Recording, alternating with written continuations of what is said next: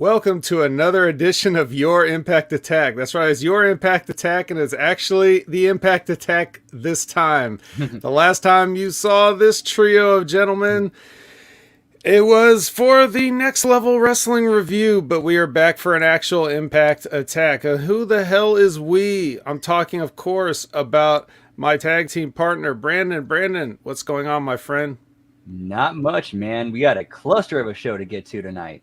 A cluster of a show. We got a cluster. They had a cluster. Clusters for everyone.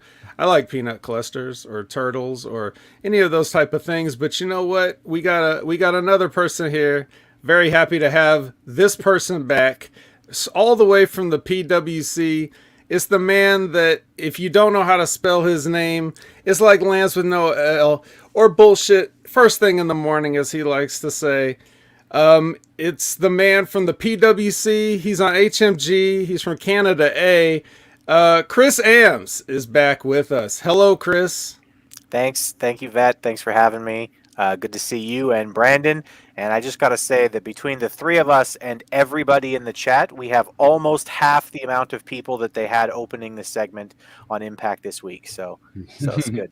It's good. It's good. It's good.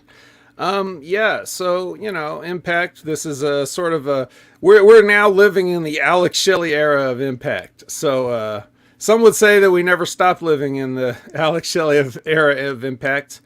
Yep. Exactly. So, yeah, we'll get to all that. Before that, we normally like to, chit chat about whatever's been going on in the news or the world or whatever. So we could do a little bit of that. I looked at the Impact news, and the only story that's worthwhile, I think I'll address that maybe later in the show when it sort of fits. But other than that, is there anything that, I'll start with Brandon. Is there anything that happened during the week that caught your attention, or anything that you'd like to talk about? I mean, AEW had the new show Collision debut this weekend. And the only thing really of note was Punk's promo at the beginning, where he took some not so subtle shots at the Bucks and Omega, and I don't know. Like, they say there's not going to be anything. He wouldn't, and they put something out on their Twitter page. Something's going to happen. They're going to do something with it on screen. Like, they wouldn't be addressing it like that if they weren't, in my opinion. Right. Well, you know, that's all that everybody said the whole time was, oh, we're leaving all this money on the table. Oh, you got to do something with this, blah, blah, blah. I feel like I was the only person that contended that there's really no money in it, because the people that know are already watching, and the people that don't know don't pay attention to those kind of things. And a lot of them were confused that he was gone with no explanation for this entire time. And to the point that, you know, for an example, people were, they were, I guess, emailing like the Jim Cornette shows or whatever, like as correspondents with people that attended the shows. And they said that they could audibly hear people around them saying, is CM Punk going to be here tonight? Because they just don't read Twitter like most of the people don't. What was the Max Friedman quote of something like 7% or something like that? You know, I don't know where he gets that statistic from, but he probably got it from somewhere so that he could use it. Most people don't really know what's going on, and I doubt that the average person, you know, like even Ben Hameen, our own Ben Hameen, He's talking about the money is bringing guys like Colt Cabana, and as I hear him say that, I'm like, nobody knows who Colt Cabana is really, nor do they care if they do. Like, that's not going to be something that can draw you like a huge money angle. If you want to draw a huge money angle or you want to draw marks for a huge money angle, you have to do things that people outside of this very, very small bubble would know. So, like, if you're going to bring in a free agent like a Goldberg for some kind of a show, that will get people to look at things. They don't care about Colt Cabana or the Young Bucks or any of those guys. They barely care about CM Punk. They're like, oh, I remember that guy from that time. There's just it's not. We tend to sort of get lost in our own bubble, Chris. So I mean, No, what do you? 100%. Yeah, 100%, man. Like, the wrestling bubble really is like one of those bubbles that's like it's almost like not a bubble, it's almost like a glass case, to be honest with you. Like, a bubble is something that's easy to pop. Like, the wrestling bubble is like impenetrable for other people, and the people or either inside side. of it, yeah, the it's people either inside side. of it just think that it's the world, It's like, oh, like CM Punk's coming back. He's a huge star, and I've repeatedly said a couple of times on the show, is like, no, he's not. CM Punk is a huge star to wrestling fans. He's not a huge star in the way that The Rock is an actual huge star, or that Hulk Hogan was an actual huge star. Roman money- Reigns isn't even a huge star for perspective. No, you're right. I mean, like, he doesn't compare to either one of those guys at all. And I mean, not even close. He doesn't come anywhere near them. Is he a better wrestler? Maybe, but in terms of star power, like, those are not the same things. And yeah, like, when I hear stuff about how, like, oh, they could really make money with if they just booked him properly, they could really make money with Brian Pillman Jr. I'm like, could they? Could they? You think? Okay. I don't see it. Like, there are some guys where you look at them and everything that they do is so charismatic and so interesting that actually, if you got them proper booking, you really probably could make a star out of them. I mean, we're going to talk about one of them today, and I know he's 39 years old and I know he has NFL knees, but Moose is one of those guys that you look at him, you see the charisma, you see the way that he carries himself. And if he had a big stage and someone booking him properly, that's a guy who you really could turn into a star. But I had a bit of an interesting, Twitter interaction this week where there were some people and they were doing the trendy Twitter thing, and they were talking shit about Ryback to Ryback. And they were saying how, oh, Ryback is useless and all this other stuff. And I said, listen, the truth is, professional wrestling is not complicated. If you look like Ryback and you can cut a half-ass decent promo, that's money in professional wrestling. I mean, you don't need 100,000 other things. You don't need Ryback to be able to give you 5-star classics. He's a giant, jacked up monster. And if he can cut even a decent promo, he's going to be able to make you some fucking money in wrestling. It's not as complicated as people think. And yeah, I mean, okay, you take Colt Cabana and I'll take Ryback, and we'll see which one of us makes more money. I'm not taking Colt Cabana. Absolutely No. not. No, I don't like this Right. deal. No, yeah, right. It's a bad deal. Bad deal. I think I remember a Raven quote one time where he said, I had a total of 5 moves and one of them was sitting in a corner. That's right. And he also, in the words of today's internet marks, didn't draw any money. Raven sat in a corner all the way till the company went out of business, or he went to WCW. So it just goes to show you that just because people are money doesn't mean that they make money, but that's not an indictment on them. That's an indictment on what professional wrestling has become. And a lot of that has to do with the evolution of sports entertainment and how it's changed people's perceptions on what things are and what they're supposed to be and all of these things. So this is a little deeper than, we really have time to go into on any given one show that's supposed to be about other things. But it is a nice little, primer to get everybody hot and warmed up to talk about some stuff. Speaking of getting everybody hot, let's acknowledge the chat while we're at it. We've given them a few moments to file in right now. Brandon, let's talk about who's with us. Let's see, tonight we got Lab Rat, we got Buckshot Kid, we got Javi Uchida, we got Al Robinson, MV Hitman, Buckshot Kid, our old buddy Colin and Y Song. How you guys doing tonight? Whoop whoop. That's right. Hello, everyone. Chat. Yeah, who's not here? We're not going to see Lizbeth tonight because she's currently in attendance at Monday Night Raw with Logan Paul and everything. It's her and Logan Paul. She's his +1, obviously. So, anyway, we'll get a full report on that, hopefully on the Next Level Wrestling review this Wednesday. So we'll see how her experience was. But yes, thank you to everybody else who's with us.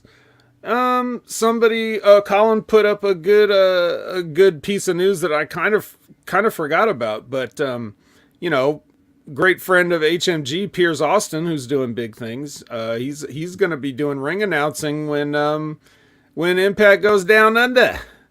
So that's pretty exciting. I think it's for one of the shows. I don't know all the details, just what he posted on his social media, but we love Piers Austin, and hopefully, well, actually, I'll see after that whole thing goes down if Piers wants to come on and give us his sort of correspondence take on everything that happened there and just whatever he feels like talking about, or you can just hang out with us. That's fine too. Piers is always welcome. And if you didn't see my episode of Shooting the Shit Uncensored with Piers Austin, then go to his channel, check that out. Maybe I'll make that super awesome sizzle reel that he has to open his shows with all the guys like RVD, Vince Russo, all those guys. Maybe the vet will be on the highlight reel at one point when they remix that. Anyway, so yeah, not a hell of a lot of news. Chris, is there anything that caught your eye this week? No, Brandon sort of brought it up already, but I mean, Collision was a pretty big deal for professional wrestling. Again, for professional wrestling within the professional wrestling bubble. Collision or glass was a pretty case, big deal. as it Yeah, were. our glass casing here, our glass case of emotions. But Snow yeah, globe. our wonderful little snow globe. But yeah, that was a big deal, and we talked about it. Obviously, HMG, we're running that new show, Wreckage, as a review show, and we talked about it for almost 2 hours this week. I thought that it was more than just the promo, though. I thought that there were some really interesting things about the show. I saw that Dutch Mantel actually tweeted something very similar to what I said, which is that he said that he actually thinks that show was booked by somebody different because everything kind of made sense. It flowed like an old school professional wrestling show, and also everybody who was on the show, minus maybe CM Punk, who was a little soft, looked like somebody who could kick your ass. Everybody on that show had a certain amount of muscle mass and just looked the part. There was no grocery baggers on Collision. We'll put it that way. Yeah, it's important not to be bagging groceries on Collision. A lot's riding on this show. One interesting thing that I didn't really comment on when I crashed Wreckage. You like that little pun there? One thing I didn't really comment on that Jeff has said, because Jeff was really enamored with Jay White in the main event, and I was kind of just like, I don't really see the difference. I feel like if you were seeing that, you would have seen it any other time that he's on. So I don't know. Now you and I have discussed Jay White here. We've discussed it. We've discussed him off the air. We've discussed Jay White a few times because I'm just trying to I feel like you guys deserve the insider information you got to watch this because you haven't seen it. So I'm trying to get the world ready for Jay White because they're not. But yeah, what did you think about that in terms of what he's saying? Like he looked like a star where he didn't look like a star before. I mean, we had the commander decision, but our discussion. But I mean, what really for somebody that knows what they're looking at, what's appreciably different about this appearance in a 6-man tag? Nothing. It was just who he was standing across the ring from, I think, if anything. Who you're in the ring against can sometimes help elevate, obviously. I mean, we know that from the history of professional wrestling. Well, let me just interject right there. So what about Ricky Starks in a main event of Dynamite or whatever? He does not look like a star in that match, but he looks like one, doing the stuff in this 6-man cluster? Yeah, I mean, No, I think that the answer is there's not much difference. I mean, there's not much appreciable difference between, what we've seen from Jay White and what we saw this week from Jay White. It's basically been the same thing. And I will say that when you watch him close, because I have been since we had this conversation, a month ago or 6 weeks ago, however long it was. We had the conversation about Jay White, so I've been watching him really closely, and I do see that he's doing everything right. But as of this moment, you can't think of Jay White as a star if you've only ever seen him in America, because he simply isn't being booked like that.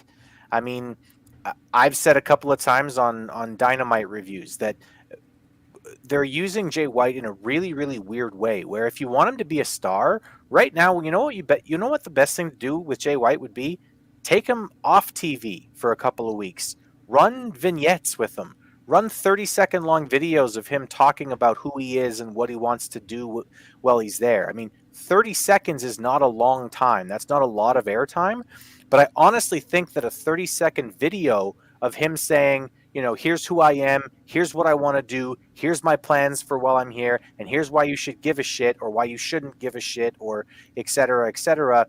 I think that those 30-second videos can actually be worth a lot more than him beating Ricky Starks in a main event on Rampage. Because who cares? Yes, you beat who? You beat who? Indeed. Well, because Ricky Starks doesn't have the 30 seconds. Everything that you're saying could be applied to everybody that they have. Everyone. They're Absolutely not, everyone. But if you want to make stars, you have to do it. You can't just rely on, this guy, he has good matches, everybody. It doesn't matter. That's not what gets people hyped in wrestling. Right.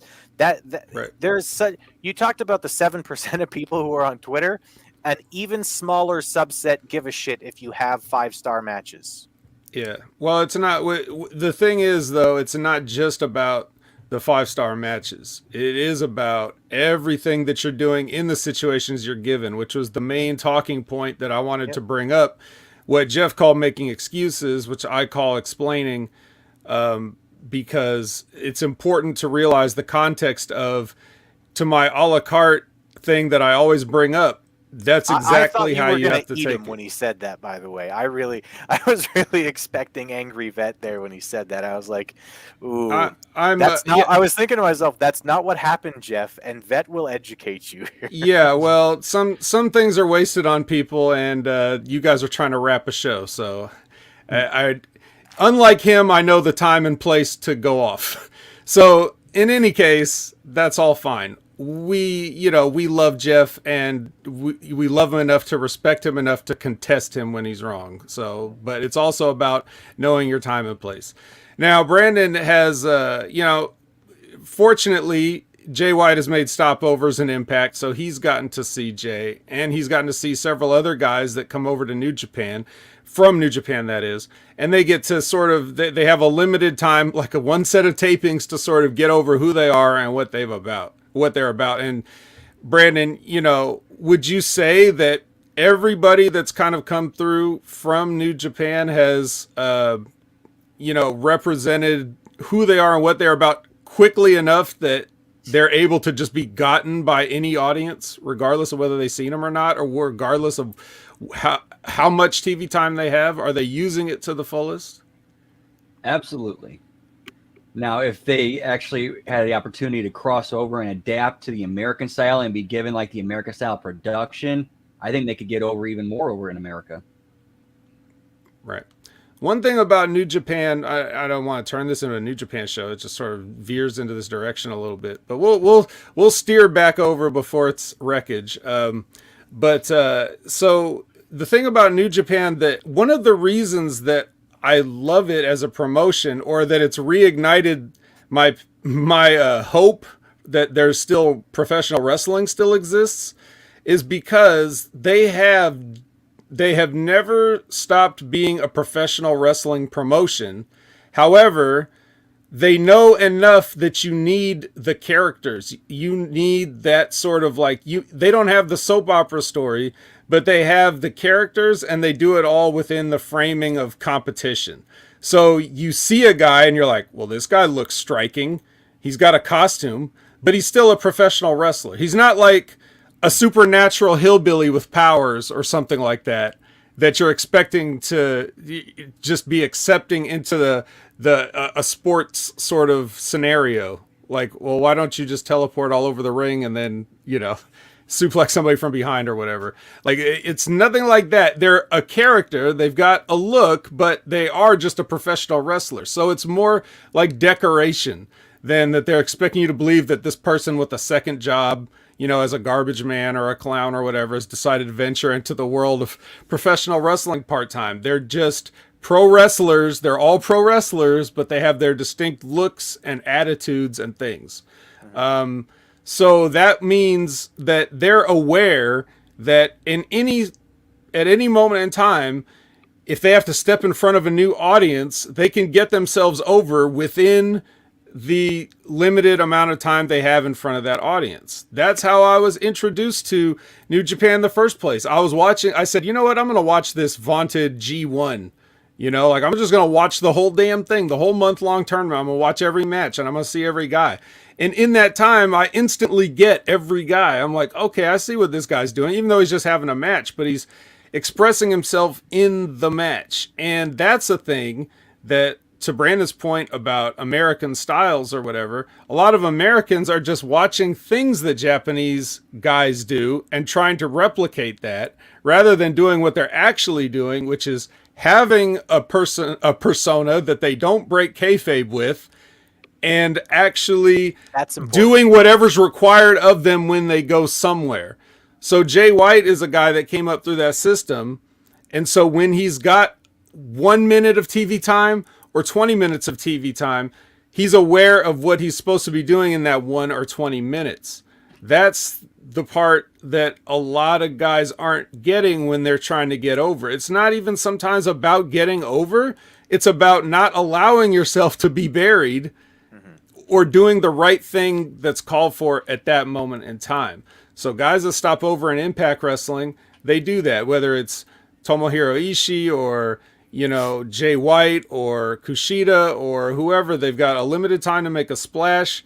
They kind of all get over with the fans, no matter where those fans are in the country. They see those guys and they get them instantly.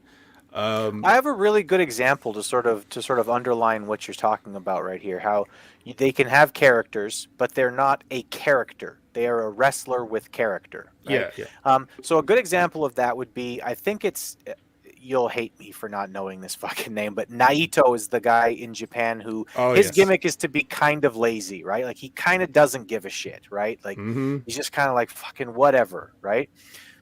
So that's very similar to the Orange Cassidy gimmick. But one of those men seems like on television like they are a wrestler with a gimmick, and the other one seems like a gimmick in a wrestling show. True. You're right. Now I don't hate Orange as much as some people, but I mean, you're right. Naito is like, about 4 or 5 years ago, Naito was like red hot.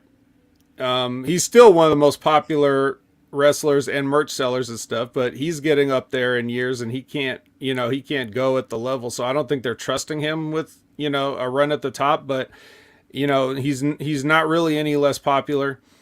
But yes, you get that character. You see him come out, you see him like if you see him in a main event when he comes out in the suit, and then he's just like slowly taking off his dress clothes, like, and the opponent's just on the other side, like, like those kind of things. And he's related to he's all related to those guys like Roosh and Dralistico and Vance Preston or Preston Vance or whatever the fuck his name is that sucks. Like all that whole thing and Andrade, like those guys, like that's all part of the same thing. He's the Japanese spin-off of their original faction a long time ago, which is not anywhere close to what it is now. It's a completely bastardized thing now, but it's all the same thing. Yeah, the Ingobernables. What do you mean? You mean that AEW took something from Japan and made it really shitty? Yeah, I can believe that. maybe.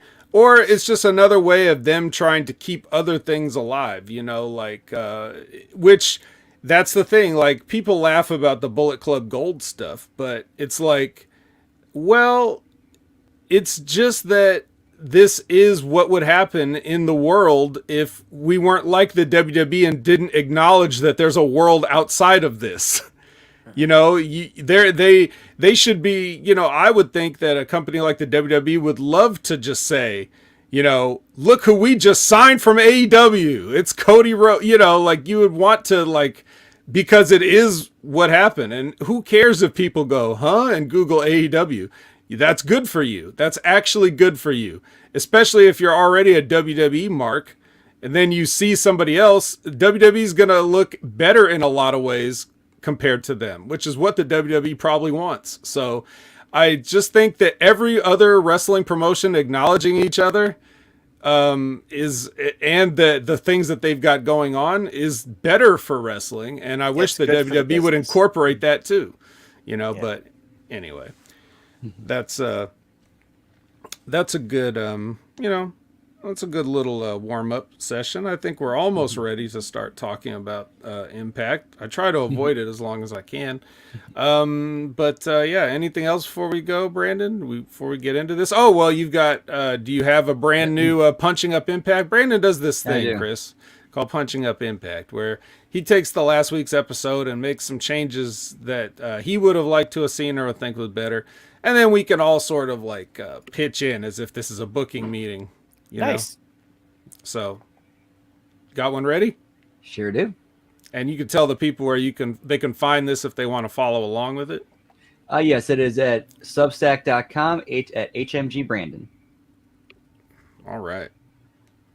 So this would have been for the 6/8 edition of Impact Wrestling. All right. Well, what do we got? All right. For this one, I would have taken the Knockouts Tag Team title match completely off of this show and put it on the Against All Odds pay-per-view, because Lord knows you could have taken enough time off of each match to make another one. All right, so we started off with the opening credits. Then we go to the announce table to discuss President Scott D'Amore's tweet announcing that world champion Macklin is barred from the building and has the night off for his recent actions. And then they run down the card for tonight before throwing it to the ring for the first match, which is Singh versus Heath. So we get Singh music and entrance with Shira, Heath music and entrance, back and forth between the two before Macklin and Bully Ray run in from the crowd with weapons and lay out Heath while Singh and Shira join in.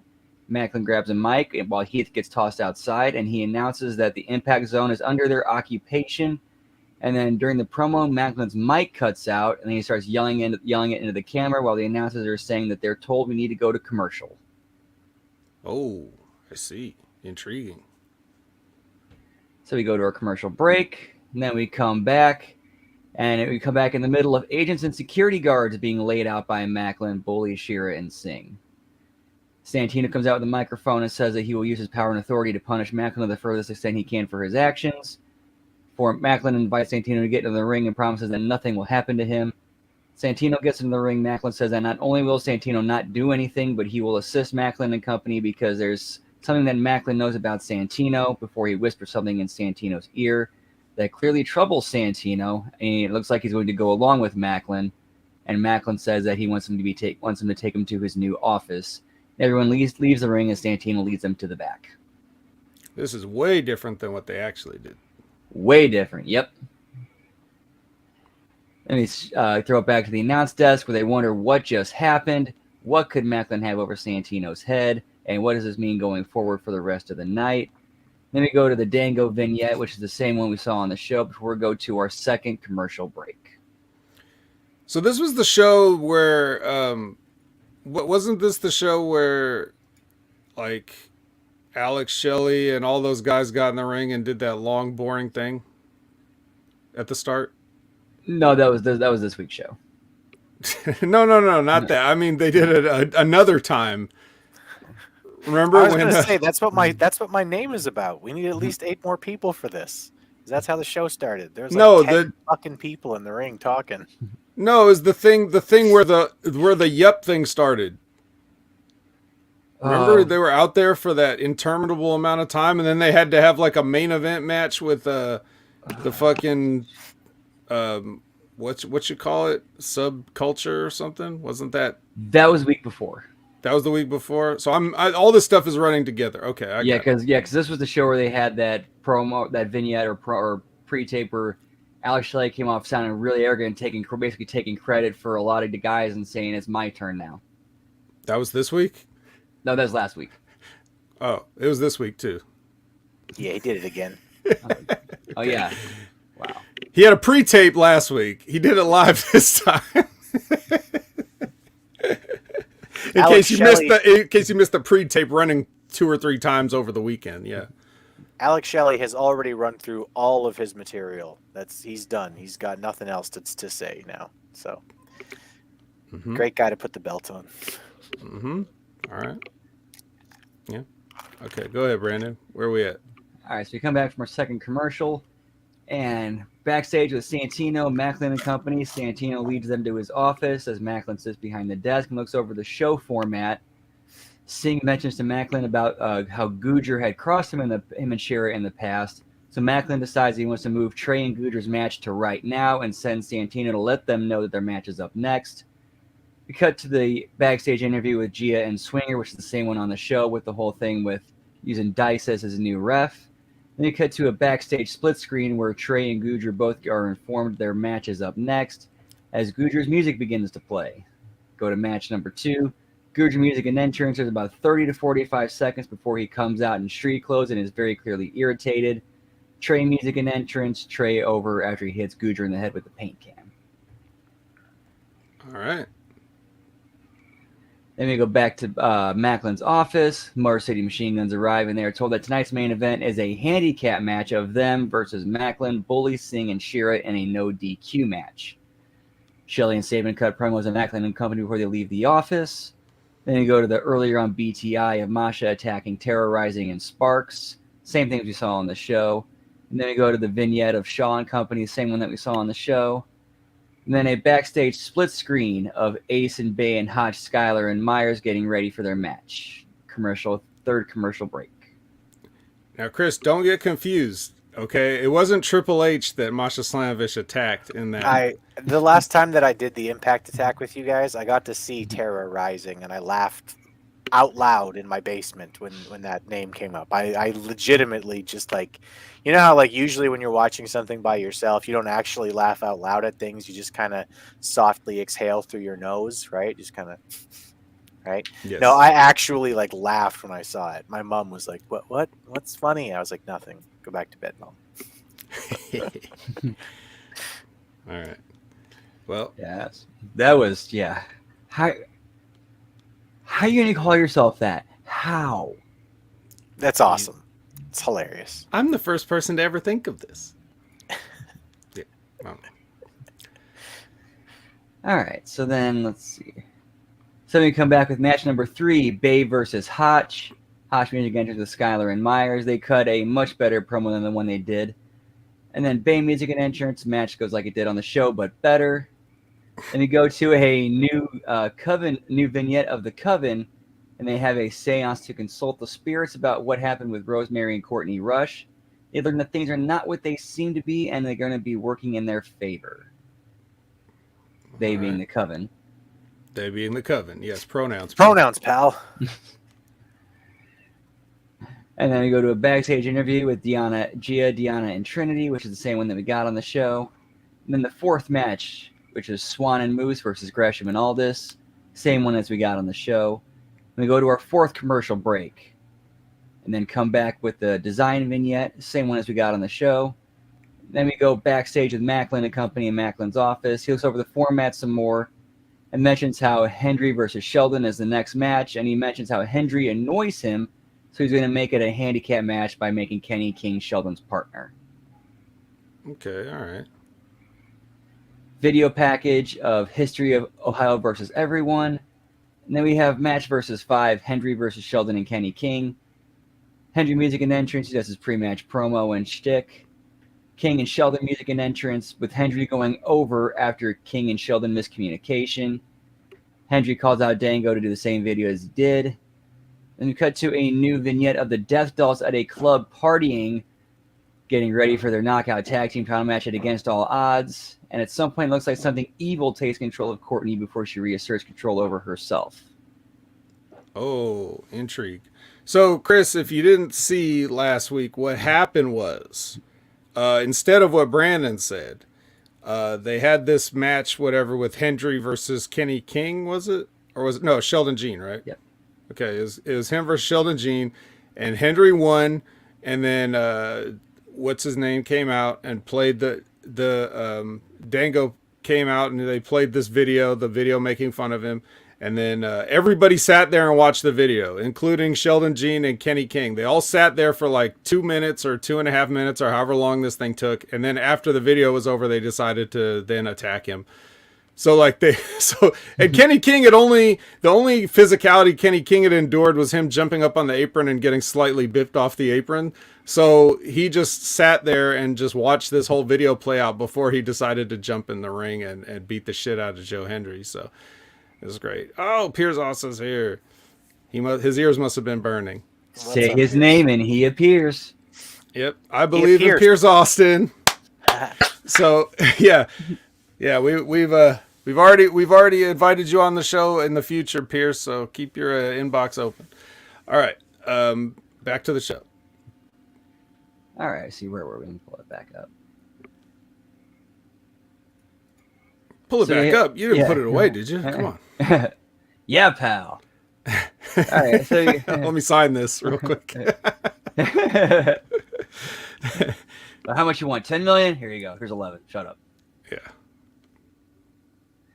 All right, so we come back from commercial break to a sit-down interview with Eddie Edwards and Kazarian, and then ends with them fighting. And then we're backstage with Santino as he's pacing around Nursey, trying to figure out how he's going to get himself out of this mess. Joe Hendry walks up to him, asking him how he's allowing all of this, and Santino mentions that Macklin has something over his head that he can't get into. Then we cut to a New Japan promotional video, and then to the announce table, final hard sell for Against All Odds. And our main event, Motor City Machine Guns versus Steve Macklin, Bully Ray, Shira, and Singh. Macklin music and entrance with Bully, Shira, and Singh alongside him. Motor City Machine Guns music. But no Motor City Machine Guns from the entrance. They instead run from the crowd with weapons and attack Macklin and company. Is kind of a return to what they did earlier to open the show. And then we got they're on offense for a bit before the heels come back and dominate. Heels make a comeback. Looks like they're about to get the win before they're shut down and defeated, with Macklin pinning Shelley, and the heels stand tall to close the show. All right. Well, there you have it. That is the new and improved Impact. Now, the only thing I would have said to do differently on this is,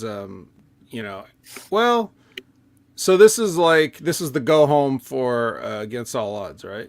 Correct. Yeah. So that's where we had to, that's where we have to get rid of the design. This shit is toast. We don't need it anymore. I guess we can have it one more time. You were talking about a vignette. I was like, let's just scrap this whole thing. But I guess we can do one more vignette just to get this out. So yeah. And then Against All Odds happened. And I already kind of talked about that. You know, I assume that some of this show, and I'll bring it up, but some of it was probably a retaliation for my scathing commentary of Alex Shelley last week here on the Impact Attack. I'd like to offer Chris the opportunity to, offer his own commentary, scathing or otherwise, on Alex Shelley as the champion. Now, I will preface this by saying that as far as making Alex Shelley the champion, I don't care. Do whatever you want. It's your company. That wasn't my point. That wasn't anything I really talked about. If you want to give a guy a belt in your company, that's perfectly fine. He's just as good as anybody else for it. You know, if we're doing this the way, if we're rewarding people, however they want to look at it, it's completely their prerogative. That wasn't the issue. The issue with me was the way Alex Shelley had the match in which he won the title, the way he's always been the same kind of a guy, the way that if he's this great person that everybody loves and everybody's saying that about him, that's not necessarily reflected in his work on television, at least in my own eyes. I don't begrudge him anything as a person. I'm just saying what I see from the performance aspect and how there's ways to do this better. And for my commentary, they turned the lights back on here on this episode of Impact. So I assume that's a direct retaliation. It's kind of weak. I still consider myself winning, but or us winning, but nonetheless, thoughts on Alex Shelley, and just go for it. Well, Alex Shelley, world champion, is definitely not something that I would choose if I was booking a company. It's not to say that Alex Shelley isn't a talented professional wrestler. I think that he actually is. I've seen him work for a really, really long time. Obviously, I've been watching Alex Shelley wrestle for almost 20 years at this point, and Alex Shelley's character has evolved exactly 0% in that time. He was Alex Shelley then. He's Alex Shelley now. Him saying one word in promos is probably the best use of him on a promo, because Alex Shelley can't really cut promos very well. I don't have a problem with companies doing the whole we're rewarding you with a championship for all of your years of service, etc., etc. But I also still think it has to make sense within the context of the show. And I haven't been watching Impact every week, but when I have watched it, he's seemed like a secondary character for the most part. Hasn't been somebody who's been considered to be a real threat for a world championship. And he kind of won this, I won't say out of nowhere, but he definitely won the title in a way where you went, oh, I guess that's cool. And so far, they haven't done anything with him that would make me change my mind about that. And as far as him being a really nice guy, everybody really likes him. Listen, I don't know anybody in the history of professional wrestlers who is more liked or more of a good guy than Steven Richards. He's still not a guy you can give the WWF championship to. There are certain people in professional wrestling who have roles, and they fill those roles. And filling those roles, by the way, is not less important than being a champion. I know that a lot of marks will say, well, he's never won the championship. It doesn't fucking matter, guys. It's you're playing a part in a TV show. That's your job, right? Steven Richards did an incredible job playing his part everywhere that he went. He was fucking awesome as Stevie Richards. Do you know what I mean? Alex Shelley can be fucking awesome as a part of a really exciting athletic tag team with Chris Sabin, who say nothing and have good matches. That's a good spot to have on a card, and it's something that he should be filling. But as a world champion, I mean, to me, it diminishes the title.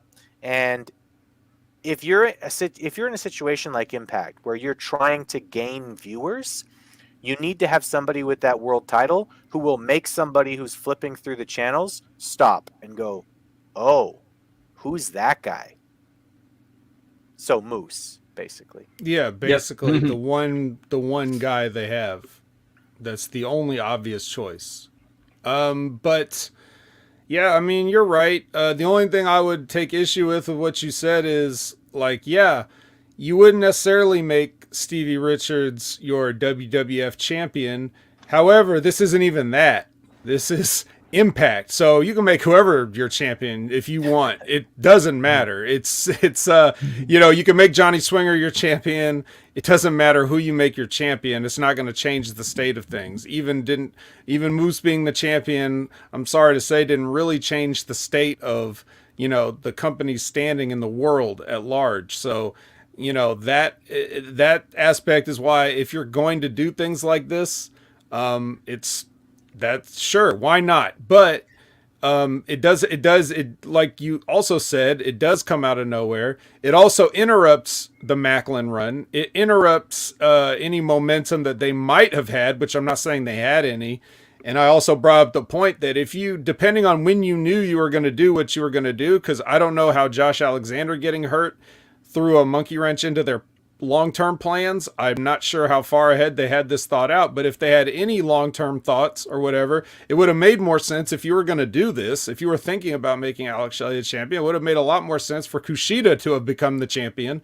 And maybe the only reason they didn't do that was because he had to go back and do the Best of Super Juniors tournament all month and couldn't be around for the Impact tapings to be the champion. He could have carried that belt through the Super Juniors, and that would have looked good for Impact, but regardless, to not be around as the champion for a whole set or two of tapings, yeah, that's not the greatest, but at least you had that built-in story of like, God damn, I have to be the champion, but I don't want to take it off my friend and mentor, but I got to do what I got to do. There's a lot more drama there.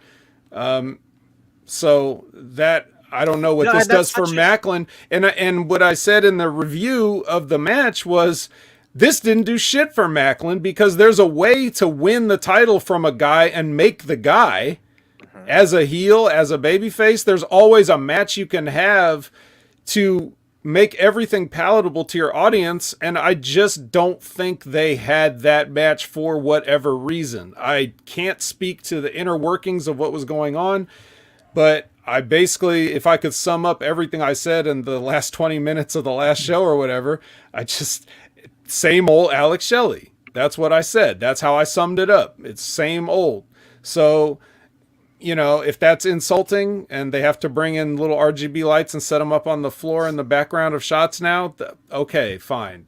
You know, I'll take it. But that's how I perceived it. And as far as him being the champion, it's fine. But I just wasn't happy with the match. And I don't think that they've got this. Well, we'll talk about it. Should we just talk about it? Shall we just talk about it? Let's get to it. Whoop whoop. All right, so we get a recap of everything that was going on to start, like we normally do, and then we get the motor shit. I almost said motor shitty. I might as well have. So you had it right the first time. Yeah, it's a Freudian slip. Guns in the ring, yes. 9 times. Yup. All the great hits that they all have, you know, they're playing the hits out here. Then all this comes out, and I'm like, okay, that makes sense. He's a number 1 contender. He's going to say something. Another guy Shelley takes credit for is what I got from his is what I got from his promo. Then this quickly turns into what I like to call, if you're playing sports entertainment bingo, a hit everyone's music. So if you have hit everyone's music on your card, mark that. This is that. Trey comes out. Then Kenny and Sheldon come out. Then Giselle Shaw and that crew come out. Then Trinity comes out. Then Deanna comes out. And then Santino comes out, which I'm like, well, at least Santino's coming out. And then he makes this whole mess into a main event somehow, a mixed tag main event. So it's going to be the Guns and Aldis, Trinity, Deanna versus Trey Miguel, Kenny King, Sheldon Jeans, Savannah Georgia, and Giselle Shaw. So there you go. And that's all the time we have tonight on Impact Chat. Yeah, good night, everyone. Thanks for listening. We got to go. Good night. Fuck. This is a tape show. You could have edited all this. But yeah, so there you go. All right, Brandon. Well, I'm definitely excited to see how you shuffle this up next week. But what'd you think of what they actually did? I'm not trying to be mean. That may have been the worst opening to a show after a pay-per-view I have ever seen. Wow, that covers a lot of ground. How long have you been watching wrestling? See, I watched my first show around, I want to say it was the night after the Royal Rumble 2000. Nice. So we got at least 2 decades of watching shows after. And maybe there's a recency bias. I don't know. You know, let's not get too hyperbolic here. But anyway, yeah. Continue on with your thoughts on this opening hit everyone's music segment. Yeah, it was like, okay, we're just going to get the entire roster out here now? Is everybody's going to come out and file a complaint? They do that thing where, like, eventually people just start walking out in groups without music, like a battle royal. You know, like when they... Yeah, we've all got something to say. Let's just go out there and save time. Let's just all go out together. And then Ron Killings comes out. All right, I'm here for the battle royal. Wait a minute, I'm not. All right, wrong company, my bad. Yeah, wrong company, wrong gimmick. Ron Killings is actually a serious wrestler when he was here. So, yeah. It's like like, okay, we're drawing names out of a hat of who's coming out. Like after all this, it just became completely random. Very random. Very ridiculous. If Colin's still here. Yeah, what else? Anything else? And like, how many people do you think were there? 100, 150, maybe 200? Yeah, with creative camera, they could have, made it look even fuller than it was. Yeah, this just went completely off the rails. It felt like just the worst way you could get to a 10-person tag. Right. And when that many people come out, that's what it's going to end up as, right, Chris? Oh yeah, I mean, there's no question that that's where they were going with this. But I mean, as you're watching it, you're just like, you know what I really thought was, wow, like that's very brave of Impact to have more people in the ring than in the audience. So good for them. Little hand for Impact for being brave enough to do that. But honestly, I mean, do these people have anything to do with each other? Like, are these feuds connected somehow? Is this like a group? Is this one group, one faction against another faction? No, it's just they needed a way to have a 10-man match, I guess, to finish the show. And so they had people coming out, and then they had other people coming out, and they were saying stuff that had nothing to do with the last people who came out. And it was just like, at a certain point here, I'm watching and I'm going, guys, like, I'm kind of coming at this like right now doing this show with you guys. I am the kind of audience that Impact should be wanting to get, right? Because I'm a wrestling fan, right? I'm a huge wrestling fan. I love wrestling when it's done properly. It is awesome, and I love professional wrestling, right? And you're like, show me something, hook me. I'm like, all right, yeah. I'm watching this for the first time in like a month, right? The last time was when they were in Canada and they had the really cool like building where they had the really cool roof. I like that one, but that was the last time I watched. I'm watching this for the first time in months. I'm watching this right after they've had a pay-per-view, like Brandon said, and it was just like, okay, I guess we're hearing 30-second clips from everybody on the fucking roster. Like, this was bad. This was really bad. Like, there's some bad in professional wrestling, and there has always been some bad in professional wrestling, but this was like, I mean, whoever's booking needs to get like shaken a little bit. Like, bro, don't do that again. Well, let me try to make some sense of this for you, because I don't have anything to add to what you guys said. I mean, we already know it's hit everyone's music. That's one of my bingo squares. So the Guns are in the ring, right? We got an X Division champion and we got the heavyweight champion. And then we got Nick Aldis, who's the number one contender. Okay. So Trey Miguel, huh? And makes sense. That's fine. I mean, granted, Nick Aldis probably still wouldn't care enough to do it, but fine. He's going to do it. So he does it. Then Trey Miguel comes out. He just lost the X Division championship. So he's like, hey, give me that. Then Kenny and Sheldon come out. Now they got a beef with Nick Aldis most recently. So they're I guess it's like they've already been sort of soundly defeated or whatever. So there's really nothing else for them to say. It's just them trying to get over. And then when Giselle Shaw comes out, that's what was she trying to say? Like, at what point does she have anything to do with this? Something about just making sure the spotlight stays right. Right. So then that's when Trinity comes out. That's exactly where they lost me, by the way. Yeah. Was Giselle Shaw comes out to say, I have nothing to add to anything that's going on. I just want to be out here. I'm like, what the fuck? That was basically what it was. Right. Well, in character, sometimes she does that. Yeah, I mean, she'll be all like, hey. Yeah, like, hey, spotlight here, please. So, like, I get it, but in character, she interrupts main event acts to do that. Well, usually if somebody's being interviewed by Gia in the back with no music underneath, then she'll step in and just be like, hey, talk about me for a second. No, wait, that was Kenny King's gimmick. Well, whatever, I guess this totally makes sense, and we're just thinking too hard about it. Let's move on, unlike them. So we get Macklin with lights and music underneath, sitting in the back for his pre-taped promo, which I just wrote in all caps, I should still be world champion, because that's what I get out of this.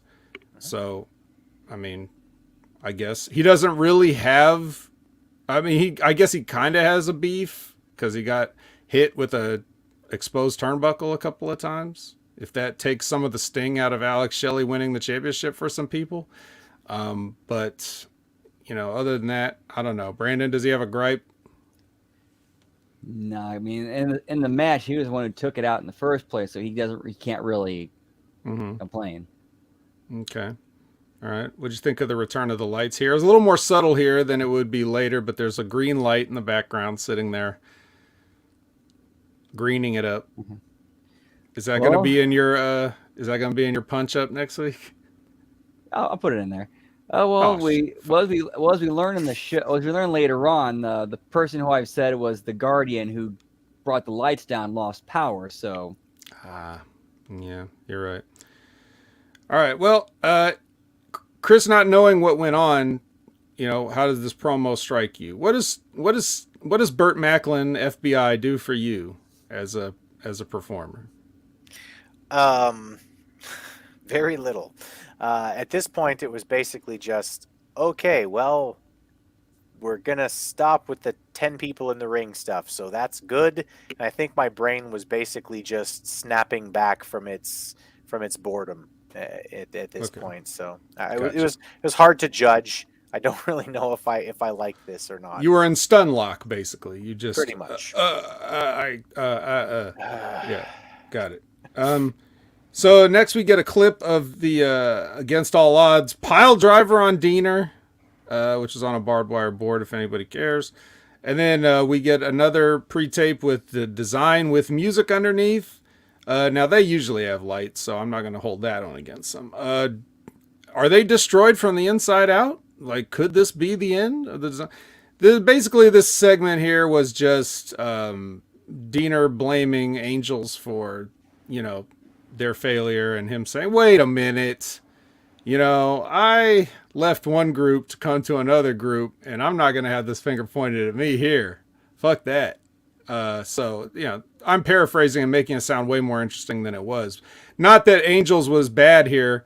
It's just the whole thing is ridiculous.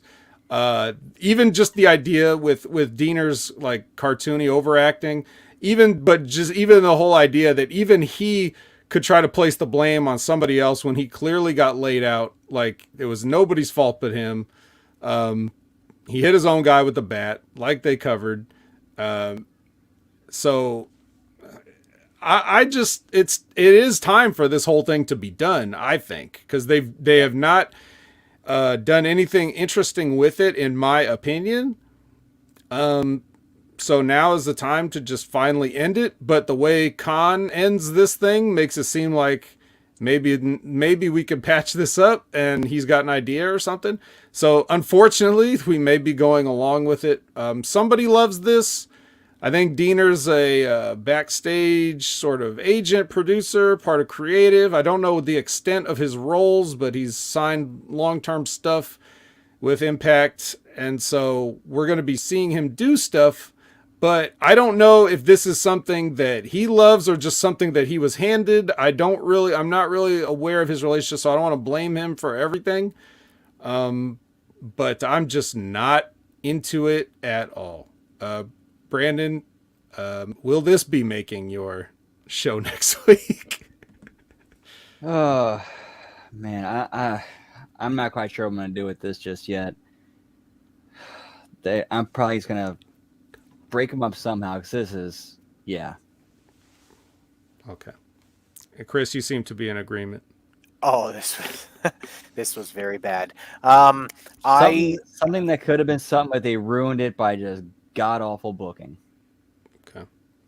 Yeah. Yeah. I mean, which again, Chris wouldn't have been. You wouldn't have been privy to all of it, but I mean, you've even when you dipped in and out, you're probably just like, still this. I've seen enough of this to know that it's not good. And listen, the last time I was here, I know you were surprised. I think that you said that I was probably the one. I like Diener. I think he's talented, but this gimmick is not doing him any favors. And Connor, the former Connor, Con. made me laugh because he was simultaneously overacting and underacting. And that's just like one of my favorite things in professional wrestling. When somebody's like, wait, guys, this is exactly what Sami Callihan wanted us to do. Like, what the fuck, man? Who is this fucking PCO? Is this PCO? Good stuff. But yeah, like I don't know, just in general, can we have less belts and less cults in wrestling? That'd be great. Those two things would be excellent. We need as a matter of fact, let's double or triple or quadruple down and just say we have a new faction. It's called Cult with Belts. So I think someone's got to do it. Maybe they'll show up in PWG or something. So yeah, I think we can just move on. All right, let's get to the best part. All right, because Moose is here with full entrance. Like, if I give Impact credit for one thing, they make sure that when it's time for Moose, nothing else is going on except Moose, pretty much. So when we're lucky enough to see his match, that is the focus. We get a full entrance. It's the best entrance in Impact. It's one of the best entrances in wrestling, and entrances are a huge part of, the entire reason why we watch some of this. Like, I even think it's like people take it for granted, like how important an entrance is, if it's good. So in any case, Moose, and he's going to take on Rich Swann here. They have a little bit of a history. I'll start with some of the things I didn't like. The goddamn low bridge spot. Anybody that knows me knows I hate that spot. It always looks like shit. In the past, as long as Brandon's been watching wrestling, at least, there's probably been one or maybe two times it's ever looked realistic, and the rest of the time it's a guy jumping over the rope that the guy's been holding down for several seconds. So that was this again. And I don't blame either one of these guys because there's no way to make it look good. I just blame whoever, if it was their idea or someone else's, I just blame them for doing it. Like, we can think of other ways for a smaller guy to get a bigger guy at a disadvantage than a fucking low bridge spot. Or you could just learn how to fucking do it. But I wouldn't recommend it because to do it properly increases the risk of injury like 700%. So maybe just don't do it. Now I did like when I'm sorry, Brandon, were you about to say something? I'm trying to think of like how I was trying to do it was basically run in with a clothesline and basically kind of clothesline yourself over the top. Yeah. The issue is that's what a lot of guys try to do, but the issue is the guy has to get out of the way too early. So it makes it look like you had plenty of time to stop, right? That's where it ends up looking bad. So I did like the part where he's got Rich Swann in the powerbomb position and he just swings him into that little white girl section. There's like all those little girls that are about Chris's daughter's age just sitting in the front row, and then they get a Rich Swann clanging into them. I thought that was awesome. But overall, these guys do what they do. Some impressive stuff, but like, to be completely honest, wrong kind of match, wrong kind of booking. Because Rich Swann goes over here with a roll up. Toward the end, it looked like the ref for this was the big lady ref. It looked like Moose was talking to her the whole time. And I don't know what they were talking about. But she's clearly green AF. So like, he was probably like keeping her up on whatever they were about to do or whatever. And it made it look like he was also arguing with her so that when the count is slightly fast toward the end of the match, it's like, oh, maybe Moose will have a beef. But at least on this show, they don't do anything with that. But yeah, so this is just another case of a guy going over that doesn't need to go over, and a guy that, maybe if you don't want Moose to go over Rich Swann for whatever reason, maybe don't have the match. But this is exactly what I mean when I say you have to take wrestling a la carte. Not only do you have to take matches a la carte. You have to take just the fact that you get to see a guy a la carte. You get to see Moose. You get to see Moose do Moose things. You almost have to pretend that Rich Swann is another guy altogether. If you know, if Rich Swann were another giant guy, then I like this match. If he's Rich Swann, I don't like it as much, because as much as I like Rich Swann, you know, one of these guys looks like a real professional wrestler. The other guy looks The other like, guy looks like he belonged in that group of little girls. yes, you know, and he can't help that. There's only so much Rich Swann can do about that. But that's why you have, you know, you match up guys like that. You know, you match up a Rich Swann with the Chris Sabins of the world or whatever. That's what you do with that. You don't necessarily put them with Moose, even though they can have a good match. Is that the match we need right now? I don't know. I don't think so. Or you match them up so that you can see just how big Moose is, and you have him go over in 3 minutes. I mean, that's right. And make the announcers question, why would Impact do this to Rich Swann? Like, why would Scott D'Amore book this? I mean, that's terrible. He must have a. We need to figure out exactly what Rich Swann did to deserve this treatment, to have to go against this behemoth of a man here tonight. Like, you know, Yeah. there's right. There's ways to deal with this situation, none of which they did. So when I'm talking about a la carte, this is exactly a perfect example of what I mean. You just have to be happy that you saw a Moose entrance and Moose moves and Moose selling and just Moose being Moose and performing as Moose. You have to be happy with that. You have to be completely divorced of the context with which it was presented and just enjoy one human being isolated amongst all this foolishness. That's what you have to do. So, Chris, I'll go to you first on this. You've already said a little bit. Say the rest. Man, all those things you need to do as a professional wrestling fan who has a brain at this point is it's getting harder and harder, because you have to divorce yourself from more and more bullshit. You know, a 15-minute match like this, I mean, it's nice, but again, you have to take into consideration the context of this show, right? It is the first show after a pay-per-view. This should be a time when you're starting to rebuild storylines, right? You want to sort of get something hot, right? So people are invested in what's coming up next and like the next part of the story. You want to start the chapter off with a big bang, right? You finish the last chapter with whatever you finished with. The new chapter, you need to get people invested right away. So what do? You have a 15-minute match where there's top rope cutters and jumping springboard cutters and power bombs, and then the guy who's 5'8" wins with a roll up against the 6'4" monster. Cool. This is professional wrestling today. Yeah. This is wrestling, unfortunately. Yep. Well, when you got guys like Scott D'Amore in charge, it's like everybody living out their fantasies back from when things were different. Just can we get a fucking this is something that I wanted to say, and this sort of kills my gimmick about the whole Japanese thing. You know why New Japan is so much better as an overall company than literally everything else that we get on TV right now? Do you know why? Yes, but tell us. It's because New Japan still has fucking bookers who book the fucking show according to what's going to build business and what's going to create the most interesting storylines.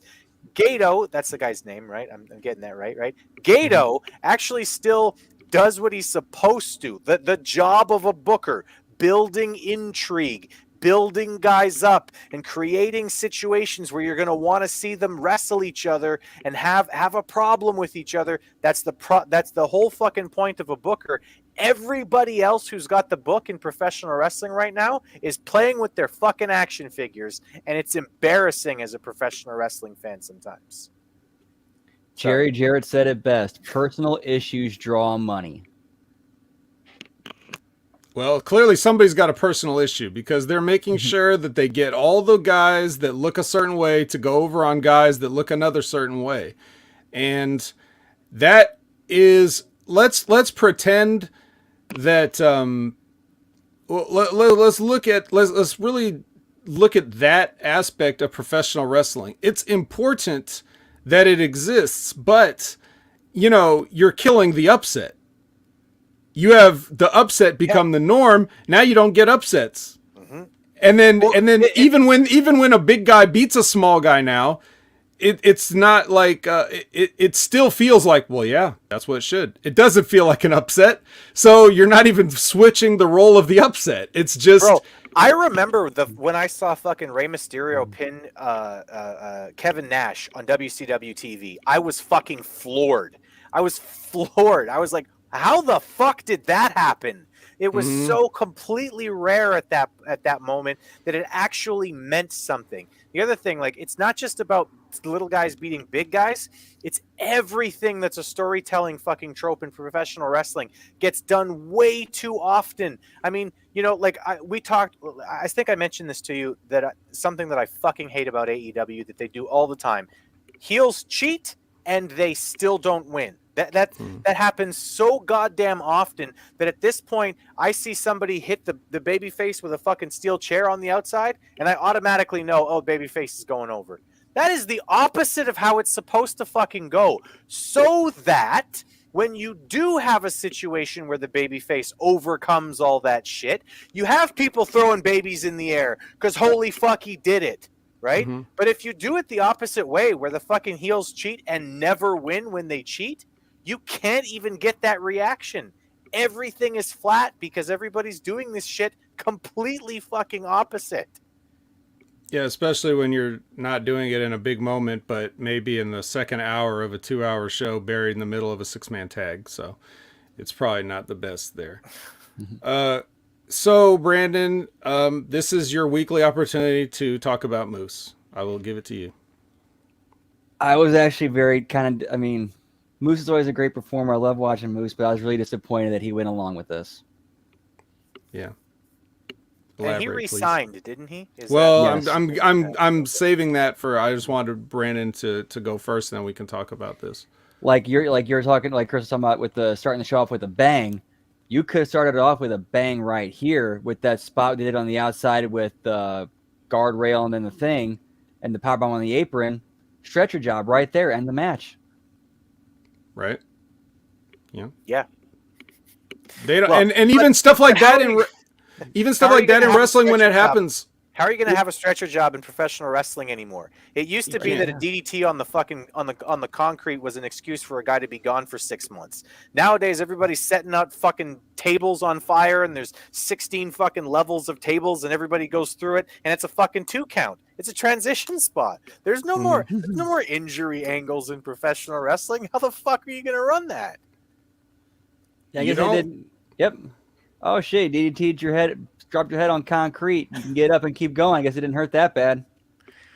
Well, that just shows how tough everybody is now compared to those soft guys from back in the day. It's a live action video game. Mm-hmm.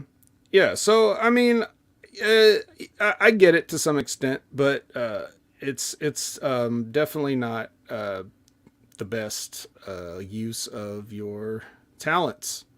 I mean, if you ever, I'm not saying that whatever you do, Impact's in a tricky situation because, like, it doesn't matter what they do or don't do if a tree falls in the forest, right? So, but that's why I always err on the side of just saying, like, well, at least make it make sense for the people that care enough to watch your product.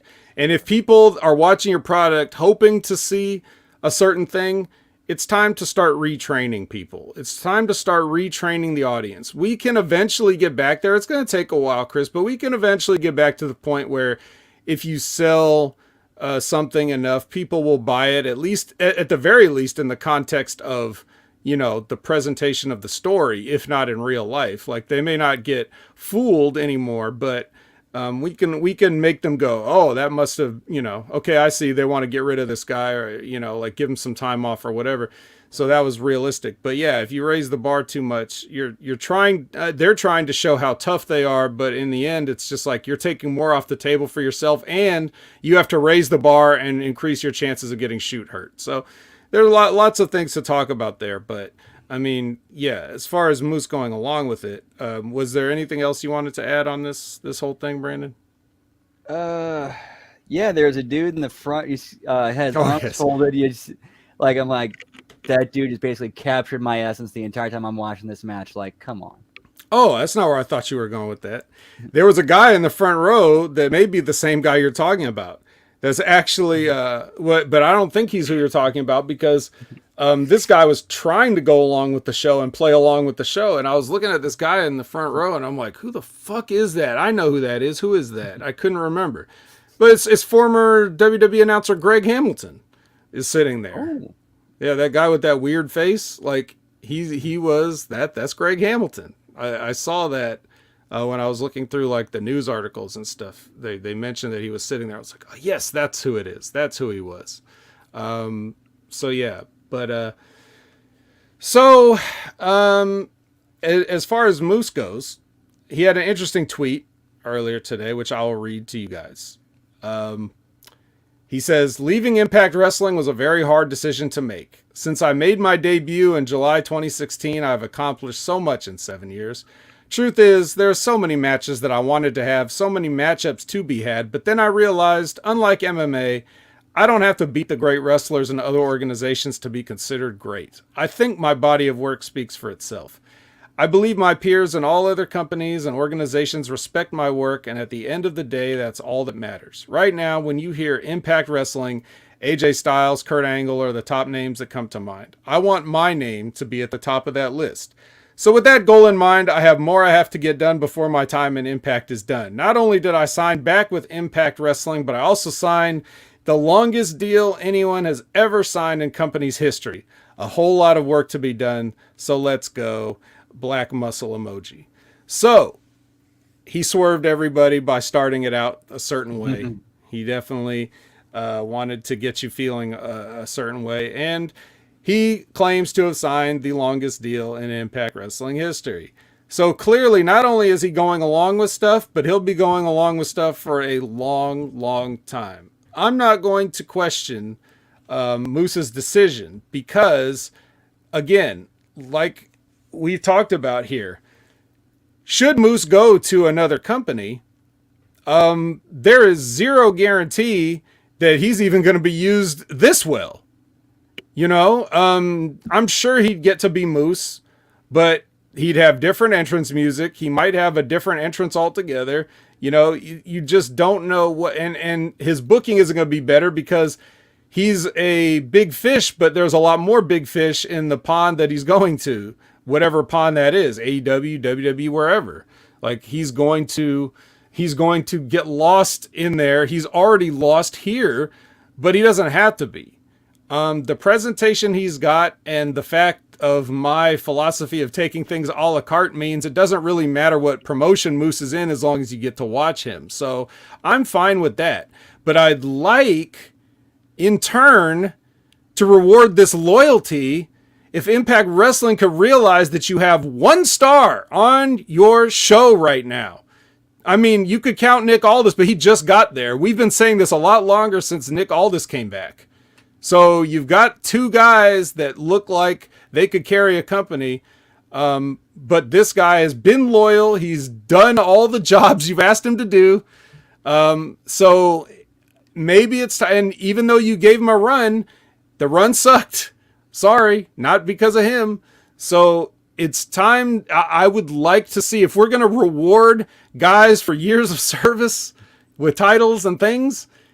I think it's time to seriously decide that Moose is the guy for a while. It's time to do a Roman Reigns with Moose. It's time to do one of these type of deals where he's so far above everybody else that it's not even funny.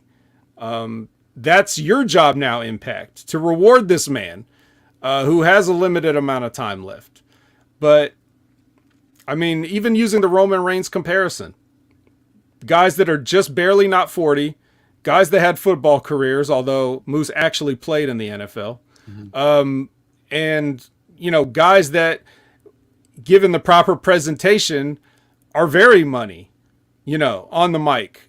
You know, despite Moose's style, it's still very good. It's just that he decides to go with that sort of slow monotone, but his promos are really good. Same thing with Roman Reigns.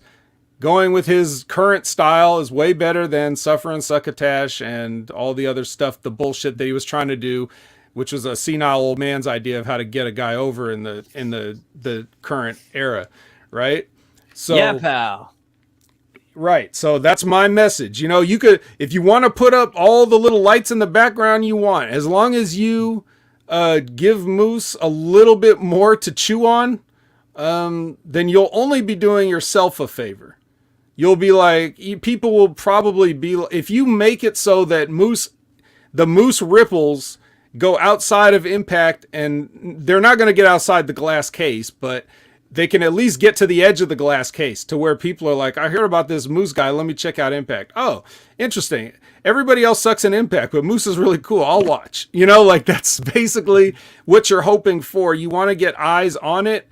And if anybody tunes in to see Moose and they see this match, I don't have faith that they're going to see the things that we all see. I think they're going to see it how a fan sees it, which is, oh shit, this guy beat Moose? Fuck it. I ain't watching this shit again. You know, you can't take that chance. You can't gamble like that. So that's what I think, but I'm usually right. So I'll just leave it there. BTI. We get a clip from BTI, which I admit I don't watch, but Singh and Shira get woken up by Heath here, which transitions directly into a Heath promo where he's making sure that Chris is caught up on his entire Impact career up to this point. You know, this is what's known in the business as exposition. You just say the things that happened for a long time until you've spelled it all out. So if you don't watch Impact Wrestling, now you know everything Heath has done. And there's lights in the background here. So still not much, basically. Yeah, not really a lot. He makes it sound like a lot more than it actually was when he condensed it all down into this couple of minutes. So, yeah, Brandon, did Heath do a good enough job of encapsulating his Impact career? I mean, I thought he delivered it pretty well. It's just we could have done something other than just a whole career recap. Right. Well, Chris, you're sufficiently caught up. Here's Heath. Awesome. Yeah, I think it's interesting that it took him less time to tell me everything he's done in this company than it took you to name all of the people who were in the opening segment. So that is true. I've got to work on my brevity. That's not your fault. You had to name off 10 fucking people. Yeah. Holy shit. I started getting blown up when I was reading those. But in fairness, I've been retired for 15 years. Sounded like Excalibur with 5 minutes left in Dynamite, just telling us everything, just fucking running through what's coming up next over the next 6 fucking months. Every match that's going to happen. Right. And if you guys are tired of hearing that, check out AEW Collision, where there's not an Excalibur to be found so far. I don't want to jinx it. No, let's keep it that way. Mm-hmm. All right. So we get a little more Moose here. We got a little Moose cherry on the Moose Sunday. And he runs into Myers. So, you know, you can't have everything in life. But so Myers says, you know, maybe the good hands can't beat ABC, but maybe Moose and Myers can. And I just wrote down, oh, please God, no. But I don't know. Maybe I'm on an island. Maybe other people like Brian Myers. What about Chris? Does Chris like Brian Myers?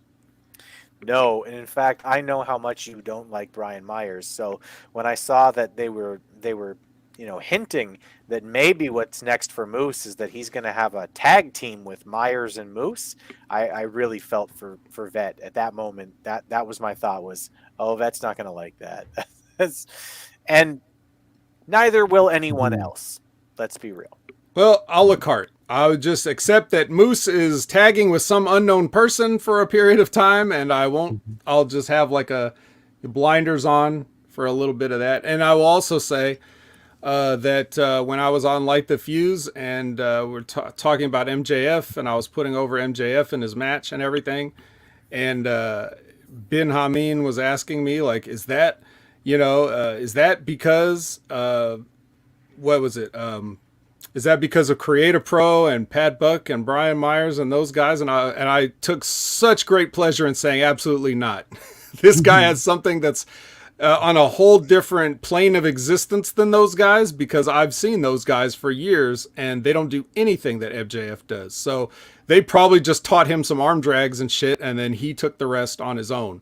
That's credit all to him.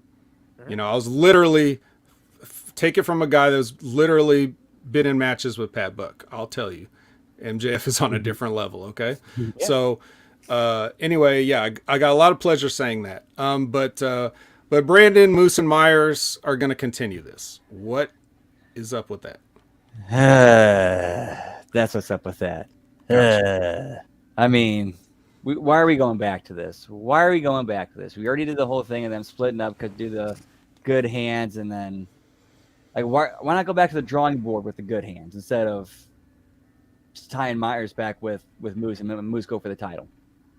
That's what he should be doing. If this is an excuse to get rid of the good hands altogether, I'm for it. Yeah, that's true. So I don't know. I don't think they will. You know, like going back to the drawing board, I would draw something completely different. But, you know, like if this is a way to just erase the drawing board, then that, you know, it's also an option. It's on the table. Just take the drawing board and put it into the fire and walk away. That's right. Sounds like a design vignette. But wait, make a really stupid face and I'll repeat it. Okay. Yeah, there you go. Yeah. So speaking of stupid faces, Bully Ray comes out. He's going to do his in-ring promo. He's a victim. So, you know, I've already detailed in past episodes the issue with Bully that I have. And so if you want to hear that, channelattitude.com is for you. But this is clearly his sort of commentary on society here. Like, I can totally see how Bully's thinking, like, I'm going to comment on everybody that I think is soft, and I'm going to say it in this way. I'm going to parody them and what I perceive to be the real world through my bitter eyes. I'm just going to go out and speak through those people and in turn mock them. If I gave a shit about what Bully Ray thought about life or anything in general, especially wrestling, then I might have said this was clever. However, I don't really feel that way. So I'll ask you, Brandon, first. What do you make the same thing out of this that I did? Just this first part that he did here? I just thought this whole thing was dumb. Like, we knew from the beginning this is the setup to get to some sort of variation of Bully versus D'Amore. Right. We knew where this was going from the beginning. Mm-hmm. All right. And and at this point I'm only on the just on his promo about, you know, him with human resource, all the stuff that he's saying. Yeah, it's just that. I mean, it's where a like the most what am I trying to say? I mean, it's good heel stuff, but at the same time, it's just really tedious and like nobody really cares. Okay. Like it's logical and it makes sense, but it's just like convoluted. Okay. So, Chris, same question. Did you perceive this to be Bully Ray's view of the world and him just taking the other side and mocking it? 100%. And I thought that, like you said, I didn't find this to be believable for Bully Ray. I mean, like we talked about before, how different guys, you know, they fit different roles, right? Bully Ray as the whiny, obnoxious, you know, but my feelings got hurt kind of guy. Just, it doesn't work. You can have that heel in wrestling and they can be fucking awesome. I mean, Stevie Richards in Right to Censor was a version of that, and he was goddamn awesome because you wanted to fucking wring his neck every week. You wanted to smack him against the fucking concrete, right? Mm-hmm. Bully Ray doing it here just seemed like, I'm not sure if he just can't get those emotions in him because he's so completely polar opposite of it. But yeah, it seemed like he was playing a character that he thought would be very clever, and it just didn't come across that way to me. Oh, I want to apologize. I completely missed the question. it did seem like, yeah, he was kind of flipping the script, making fun of and mocking that whole thing, Right. and kind of like, hey, I'm going to use it against you now. Yeah, that was the whole idea, was that he was being disingenuous with what he was saying. So the fact Right. that you're saying that he didn't have it in him, that's exactly what he wanted. He wanted everybody to think that people that say things like this are stupid and have no reason to talk, because that's what he really believes. When we all know that while certain people could stand to toughen up in this world, there also are a lot of people with legitimate gripes. So Yes. it's better to just not paint the entire planet Earth with one wide brush. But he does, and he's saying it here. He's basically saying that anybody that doesn't get their way is just a whiny bitch. So the reason that Bully has heat with me, just to catch everybody up, is because he tries to use real life. He tries to use real life shit in his promo to try to get people interested, but then he still does fake, phony pro wrestling angle bullshit, to completely cheapen it. So he's not, you can't walk in both worlds. You either do all phony wrestling shit, or you're one of those guys that just shoots, ribbing on the square, whatever you want to say, however you want to No, play exactly, it. and that's what I mean. Like in this segment, you could see through what he was doing. Like as somebody who's watching wrestling, you can see through it. That's what I mean when I say he doesn't have it in him, because his job, if this is the angle that he's trying to run, his job is to convince you that he actually is complaining. He's a hypocrite. Right, that's the character that he's meant to get across to you. But yet, when you're watching him, you're just going, no, he's not. That's not him.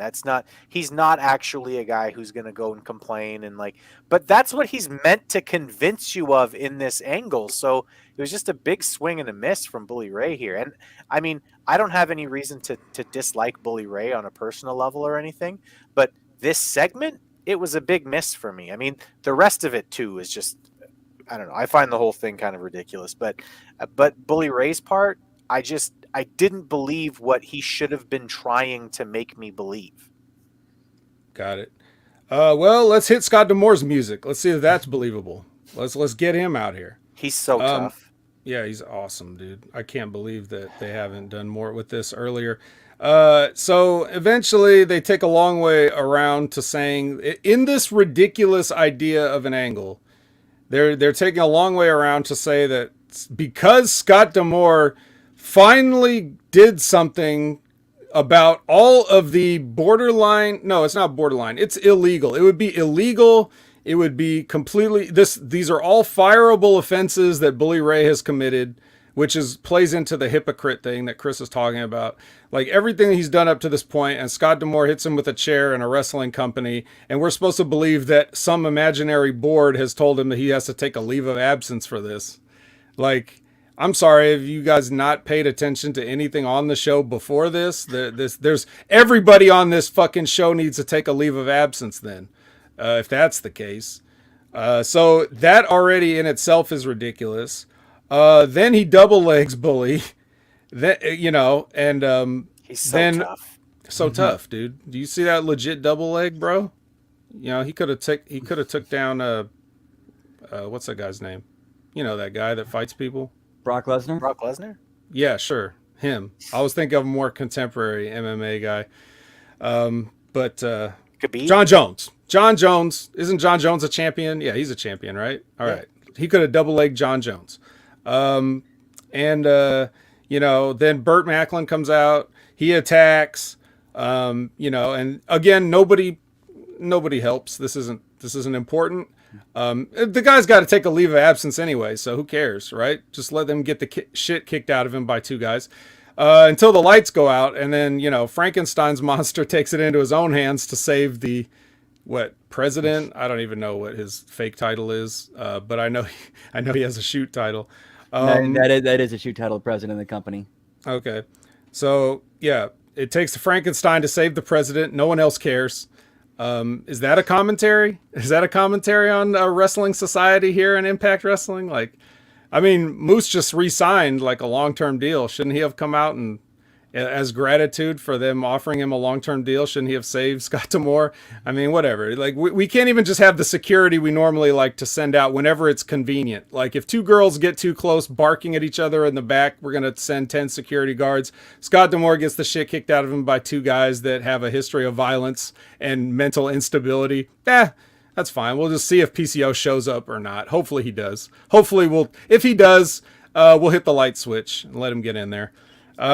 So yeah, no refs, no security, anything, just PCO.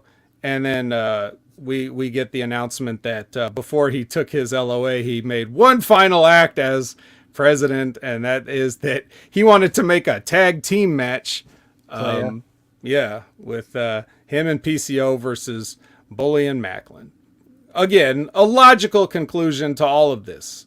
I'll tell you what I would do, guys, just in case anybody was wondering. Because, sometimes I don't do what Brandon does, but sometimes I'll rebook something if I feel like punch it up. Yeah. Yeah, let me punch this up. Well, let's just say if I was in the Scott Demore role, which, I can't confirm or deny that I will be soon with Jimmy Jacobs leaving and some things getting shuffled around at AEW and everything. I may or may not be the new head of AEW Creative. We don't know. I won't say. I've got a lot of documents that tell me I can't say. So let's just say I can't say. But what I would do if I was the president of Impact is I would make a match where we could say a pole somewhere. It doesn't have to be in the ring. We have a pole. We tie Bully Ray to it and tie his hands and feet to the pole, hands behind his back. And then we just have I do whatever I want to Bully on this pole match. That's the match we have. We have an I win match. How about that?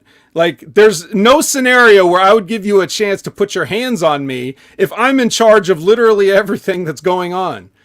So that's what we're doing if I'm in charge. Checks. I get to do whatever the fuck I want, and you get to shut the fuck up or get another job. Right. I'm definitely going to, I'll show you guys. You want to do death matches? We'll go back to some old school. We will get some electrified eels in these little pools and shit. We'll get all kinds of shit from FMW that you haven't seen in the States ever. We'll get all of that shit, and we're doing it all to Bully, and he won't be able to do anything about it. There's not going to be a chance for him to fight. There's not going to be a chance for him to put me in the electrified eel pool. No, he's just going in it. That's it. That is the match. So, that's the match I book. I don't book a tag team match with no stips. That's not what I do. But I don't know. You're not as tough as Scott Demore. I know I'm not. That's why I have to do it. Like, I could never beat Bully Ray in a fight. Me? No, I couldn't do that. So I got to take every advantage I can get, especially if my security's not going to help me.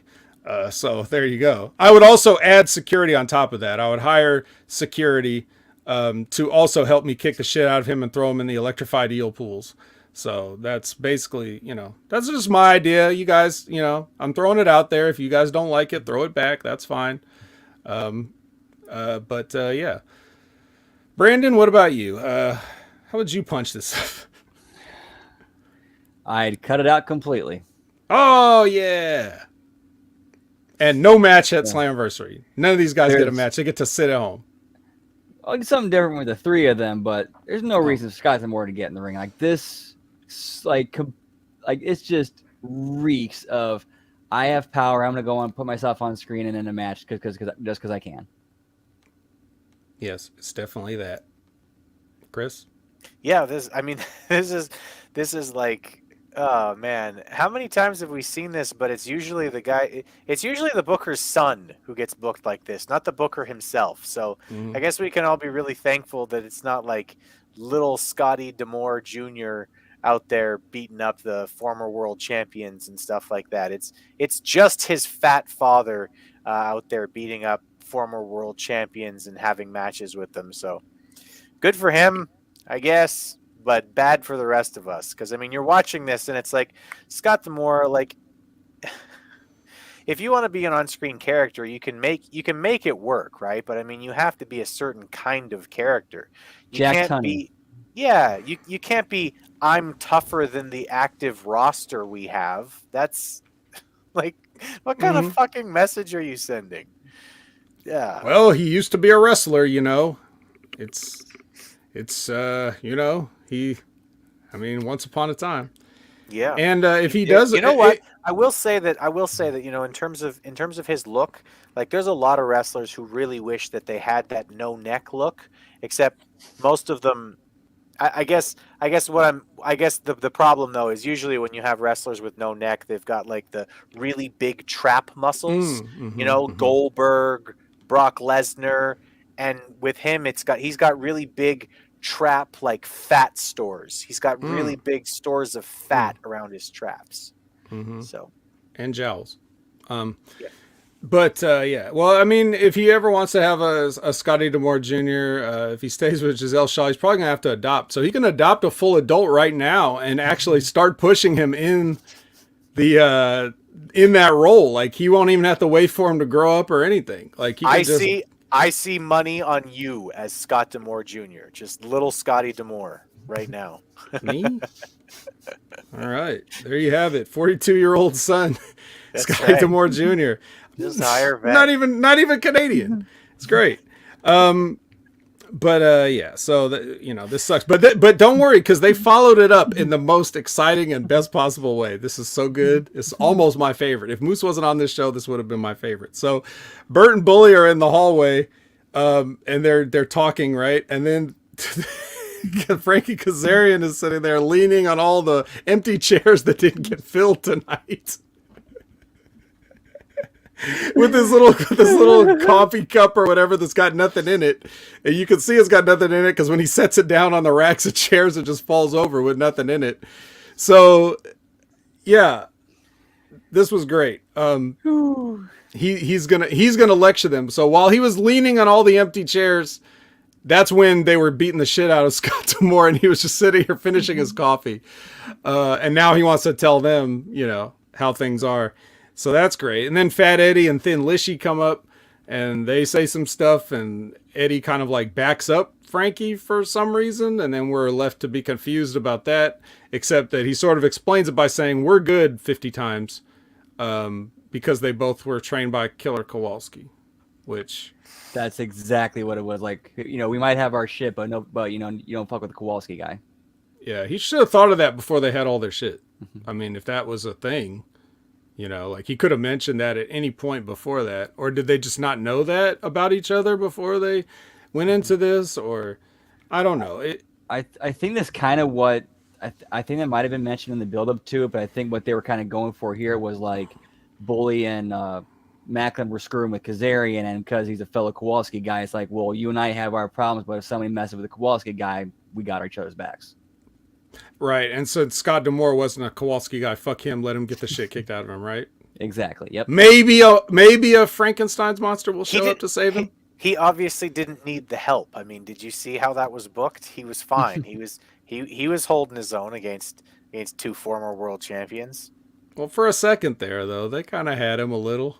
Like, I was a little worried. Then the lights went out, but after that, maybe Frankie was just filling up his coffee and he saw the lights go out, and then he was like, "Oh, I think PCO's got it. I'll just stay back here and finish this.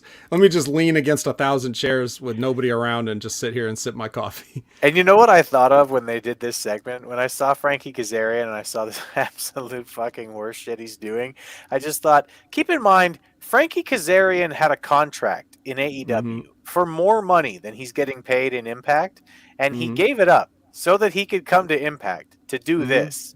And he currently says that being in Impact is better than being in AEW. So just let that be what it will. Either Frankie Kazarian is fucking crazy, or AEW is a truly awful place to be.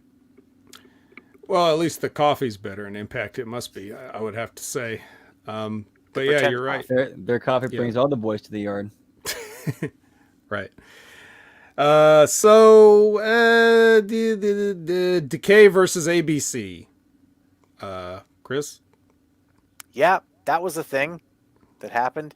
I will say every single time I watch, what's the clown guy's name again? I'm Crazy Steve. Every single time I watch Crazy Steve, I think to myself, what an incredible story this guy has. He's blind. He's been blind for however long he's been blind for now, and he still has believable wrestling matches. He's like there are lots of guys who I see on a weekly basis watching AEW who can't work as well as Crazy Steve. And that is a real testament to a guy who's just not giving up on what he loves doing. So good for him. Always happy to see him do it. ACB or ABC, did they like get kicked out of the Bullet Club, or are they still part of the Bullet Club, but they're like a Bullet Club Gold but for Impact? Is that That's exactly what they are. okay? They're in the Bullet Club. They just live here. Okay. They're fine, I guess. I think that I don't know. I have a hard time seeing them as being real threats. And whatever it was that they did, I was under the impression that they were heels. First of all, they work this match as heels, and then right after the match, they go to the back and they do this whole like, oh, you know, we respect you, machine guns, and the guns said, we respect you too, and it was like, I don't know what the fuck I'm watching. Are they faces? And, well, ostensibly, if you're in the Bullet Club, you're a heel. Period. That's how I always got it. But they don't work it like that here. They I guess they're sort of like, I don't know. They're fan favorites unless they're up against bigger fan favorites, maybe. Cool heels. I don't know. You know, your uncertainty is warranted. Let's put it that way. Cool heels, so ineffective heels. Great, we know. We get it. That's great. This Decay was not the team for these guys to be wrestling. Like, they are like a face tag team, but it should have been actually against an actual heel tag team instead of Decay. Could have been a thing of like how it ended up, right, Brandon? Just because the division is so sorry that they can only really get matched up against other heels, so like they become the default baby faces in certain situations, and I guess it's just an excuse to do whatever you want, and the crowd can make up their own mind, which is lazy, but you know, there are times when it's like, well, what else are we going to do? And this seems kind of like one of those times. I'm not going to nitpick it too much just because whatever. The Bullet Club, based on their popularity and the professional wrestling landscape of fans, you know, like wherever they go, they might be cheered for whatever reason. That's just how it is. Some people like assholes. You know, DX started getting over for a while, even though they're clearly heels. Just, you know, it's just how it is. So thanks a lot, NWO. Anyway, yeah, like, you know, the handshake with the guns, it's, I don't know, whatever. Same, like you already said it. What can I add to it? Brandon, do you have anything else to add? I did like how they transitioned from like the camera they had on the outside to the Gorilla Cam. Yeah. That was interesting. They could do stuff more like that, but I only see it once in a while. Yeah, I mean, to say something positive, that was cool how they changed the shot like that. Right. Then we get Bhupinder Gujar with Gia and no music underneath. They get interrupted by Dango. Gujar calls Dango a bitter asshole, and then Dango questions Gia's hotness. So, there you go. Did I pretty much cover this? Pretty much. Yeah. All right. And then we get, I think I was supposed to type on my phone, I think I was supposed to type main event match. But whether it was accidental or not, I wrote main event mess. So I could have meant to do that. I don't honestly remember at this point if I was trying to be funny to myself or if it auto-corrected or what the deal was. But yeah, that's all I could call it. I'm not going to lie. I didn't watch 1 second of this. I had just gotten my clothes out of the dryer and I was folding them and putting them away while this was on double speed. And so I really I'm leaning on you guys for this one. I'll go to Brandon first. Whatever you want to say about the actual body of the match. I will say it was clever that they had the finish involve the champion and the number one contender. I think if I remember correctly, it was some kind of cooperate. Yeah, Shelley hit his finisher, and then Aldis kind of like played perimeter, make sure nobody broke up the pin. Okay. Yeah, don't say anything about the post match yet. We're just talking about the match here. So, But other than that, it felt like your standard 10-man tag. You know, people get in, get your stuff in, get out. mixed 10-person tag. Yeah, I mean, we can't say we see that every day. Chris, do you see this every day? Oh my god! If I saw this every day, I might never watch more professional wrestling. No, this show was bookended by messes. I mean, just a mess of an opening segment to set this up. This was a mess of a match. Like you said, not just a 10-person tag, 10-person mixed tag with not just one, group of women, but two completely separate groups of women who have nothing to do with each other's storylines. So they were getting tagged in, and then it wasn't like the one could get in, the one had to get in, and then the other one had to get in too, so that the storylines matched. It was just, what a fucking mess this was. Like, so you're saying I was right to fold laundry, is what you're saying? I wish I would have folded laundry. Oh, okay. Well, here's another example, regardless of whether I watched it or not. I heard it. And, here's another example of taking your wrestling a la carte. If you liked any of these people, then you could just pay attention to when they're in the ring and see what they do, like Nick Aldis always looks like a wrestler. Trinity is outrageously hot. I mean, whatever you want. Like, there may be something for you in this. As a match, though, you gotta have to kind of just accept that it's not the greatest. It's more of a spectacle. Every match doesn't have to be great. Sometimes it can just be a mess like this. I don't really care. It's not going to make or break this company to have this one match. So it really doesn't matter. But it is just a perfect example of another illustration of my a la carte suggestion of how people should consume wrestling anymore until everybody, obviously if wrestling as a whole has a meeting, if they reform the NWA, like for real, and just have a meeting and say, hey, let's stop fucking around and do it right. Then if that happens, well, that's Hitman. And remember, Hitman literally can't see. So, he gets injections in his eyeballs. So he has no idea what he's looking at most of the time, including actual English words. So you can't hold anything against Hitman.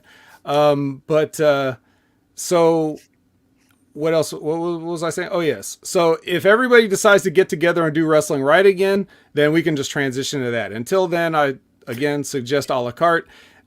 Just take them as take them as they come. And so after this match, after Alex Shelley wins the match, and then Nick Aldis goes to hand him his championship, and he sort of misjudges the distance and accidentally hits him in the face. I'm sure that he didn't mean anything by it. I'm sure that was just a total, just a whiff on his part. Maybe he was disoriented from the match or blown up or something. But yeah, a little miscommunication there at the end to go off the air. So what do you guys think of this clumsiness on Nick Aldis's part, Chris? Great. This is fucking fantastic. Let's get the belt on one of the two people in the entire company who look like they could be a world champion. Let's do it.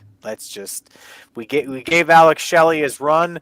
Awesome. You get the belt for 5 minutes, and let's just transition right into the next thing now, because Alex Shelley world champion is not building any excitement for anyone except for Alex Shelley. He doesn't even look that excited. Really, well, Brandon, I mean, what do you think about that? Man. Brandon has started every thought with, it's just so if you're I'm sorry, if you're keeping score at home. No, but that's the show. That's yeah. Impact. It was. I'm sorry. This was a bad show. Yeah. I mean, I'm surprised he didn't drop Saban too. I mean, I was kind of expecting him to. Then again, right. you can't just drop 98 Goldberg like that, though. No, absolutely not. He would have run the risk of just getting speared and jackhammered if he had tried something like that. So it's a good thing he picked on the weak link of the Motor City Machine Guns, the pop gun, if you will. Now again, going back to the booking, when we're talking about Nick Aldis, who came in as a favorite, and had been sort of, presented that way. Then you have, Macklin as the heel champion, and then you take the belt off him to put him on another fan favorite, or at the very least a sentimental favorite. So now you got to turn Nick Aldis heel. Why not just have babyface Nick Aldis versus heel Steve Maclin? I don't really see why they couldn't have gone with that. I mean, that's what essentially you did there. Not only did you and again, it's their decision, but the result of their decision is they, to use the Arn Anderson term, they cut Macklin's water off, and so he's done. Like, he's ineffective. He's useless. He's now, picking fights with guys that are leaning on chairs, drinking empty cups of coffee. Alex Shelley now has to, you have to make all this. I mean, you don't have to make all this switch heel, but you're taking on a lot of extra steps just to get to a match with Shelley and Aldis. If you beat Aldis, you're cutting his water off. If you beat Shelley, what was the point of this title reign? You would have rather had him win it at a certain point where what they should have really done, if they know they want to put the belt on Shelley at some point, you could have had it happen at a later time where it wasn't just one of their shitty secondary pay-per-views. Because I don't know if you saw any of Against All Odds, Chris, but it just looked like another Impact venue. It did not look special or important. So that was bad. That's how it came across in all of the highlights too, because they showed a number of highlights from the pay-per-view on this show, and it just looked like, I mean, yeah, it was. But it was even worse when you see it dragged out across a long presentation. You're like, ugh, I have to look at this constantly for 3 hours. So it felt small. It wasn't the time to pull a sentimental favorite title switch like that. It should have been at a bigger show, Slamversary, Bound for Glory, those type of things. You could have gotten some heat on Maclin if you are going to put the belt on all this eventually. You could have got some heat on Maclin by having him break Alex Shelley like in a convincing fashion. That way people, if they were like on the fence about all this, like, I don't know, he's a little posh, a little heelish or whatever, I don't know if I like him, but you would have been rooting for him to kick Macklin's ass because he beat the guy that everybody likes, and did it in a very heelish way. So like, you're missing so many opportunities by going with the route that you've gone with this title and with these guys. You know what, Vet? I think you're missing the really genius 3D booking here that's going on with Please. Impact. So I think that, if you're Scott D'Amore, right? I don't think that you think that Maclin, toughest man. I don't think that you think that Maclin is a big enough deal for you to be able to beat him for the title. So you needed to get the belt off of Maclin, get it onto a face, so that then the heel Nick Aldis, who we all know is a former NWA world champion, etc. He's a real big deal in professional wrestling, so that he can provide a real challenge for that great babyface title win for Scott D'Amore sometime in the next few months here. I apologize for everything I said. Just pretend the last 5 minutes never happened. Yes, that is right. It's totally, this is what should happen. Scott D'Amore should win the belt from a heel Nick Aldis. Yes. Yep. And Bound for Glory, probably. Whatever's their biggest pay-per-view, that's got to be where it happens. And it's like you're talking about this, and it's just like, we've talked throughout this entire show, and I don't think that we're the only people with this opinion. There are two real stars on this in this entire company. There are two real stars, right? Moose, Nick Aldis. Both guys can work either babyface or heel, right? But if you're going to run a program between those two, that's like your big program between your two top stars, the best way to do that is Nick Aldis is the face and Moose is the heel, right? Because like, you've got the big, strong, ridiculous looking monster. The best way to run that is he's the heel against the Nick Aldis, who's not the best baby face. I think they're both better as heels, but I think that Nick Aldis can pull off a convincing baby face a lot better than Moose can. So that would be the way to run this, would be, baby face Nick Aldis. But again, now you have to switch him, because you can't fucking run Alex Shelley as a heel. I mean, heels have to say something more than yup. Mm-hmm. Mm-hmm. Oh, you could argue that, babyface Alex Shelley is a heel.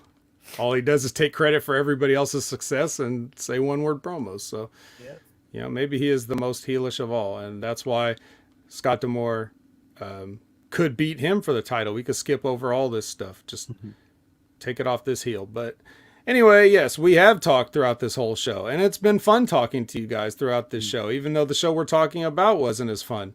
But that's why we do this, because we have a good time in spite of the content. So, that being said, I think it's just about time to get out of here. And let's do that now. Brandon, would you like to tell the people where they can find you, including some of your recent raids that you've been doing on Twitch? Let's talk about that. Yes. You can always find me on Twitch at twitch.tv/MissTia the Transarchist, as well as Twitter at Transarchistia, and also my new Substack at HMG Brandon, where I post all of my punching up impacts before we go live every Monday for the Impact Attack. Yes, I'm looking forward to see what gets taken off of this show. And Chris, I might just take a chainsaw to this whole thing and just Yes, I recommend it. Chainsaw. Chris, thank you very much for stepping in and accepting the invitation. I invited Chris on the spot. I put him on the spot, on the air, on AEW Collision Wreckage on HMG, which you can check on channelattitude.com.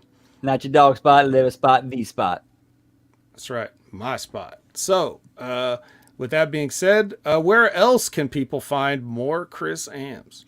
Well, I'm all over the damn place recently. You can find me on a number of shows on the under the HMG platform.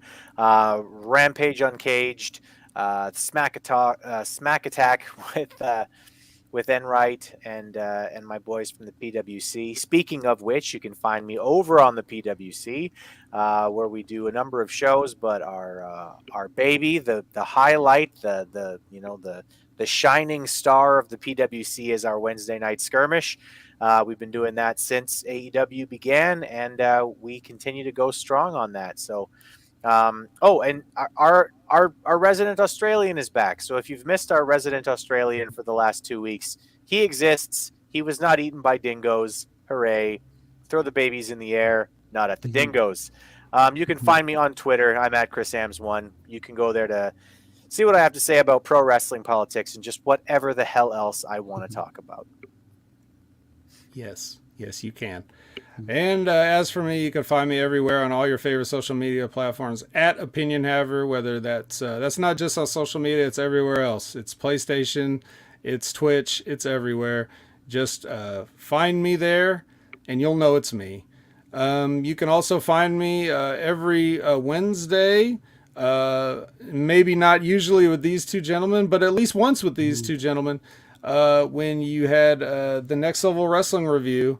But normally it's done with Big Ray Hernandez every Wednesday, 8 a.m. Pacific, 11 a.m. Eastern for the Next Level Wrestling review live. On tape, it's channelattitude.com for everything.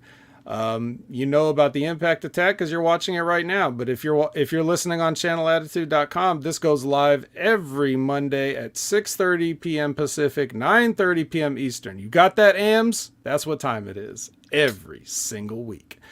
Live. If you want to join us in the chat and hang out with such greats as Lab Rat, Jerome Hall, Colin Wysong, everybody else that shows up, and usually Lizbeth, but she's our Monday Night Raw correspondent for tonight, and she'll give us a full report later, probably on the Next Level Wrestling review.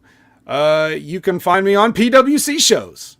You never know when I might just pop in and crash a review of Double or Nothing, or if I might crash a review of AEW Collision, even though that's on HMG, but I crashed it. And that's why Chris is sitting here now. Like, I'm very dangerous in that I can appear anytime. They turn the lights out and I pop up and I save Scott D'Amore metaphorically. Besides